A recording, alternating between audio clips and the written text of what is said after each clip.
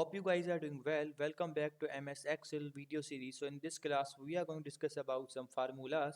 So the formula name is Len. So what we have to do, I'm going to write some value here. For example, I'm going to write here smart and academy. So as you can see, I have written these simple two words. So what I want, so as you can see, I have written simple word, simple two words are here.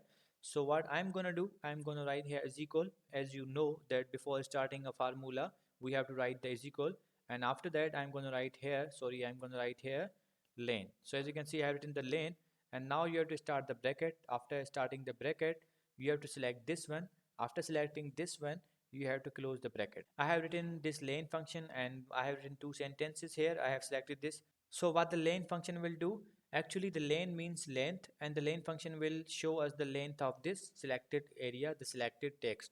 So I'm going to press the enter. After pressing the enter, as you can see, the length of this is 13. As you can see, you can count the numbers and it counts the character. Basically, if we say in the simple words, the function of length formula is it will count your characters, and with it will show you that how many characters are used in your selected area or your selected cell.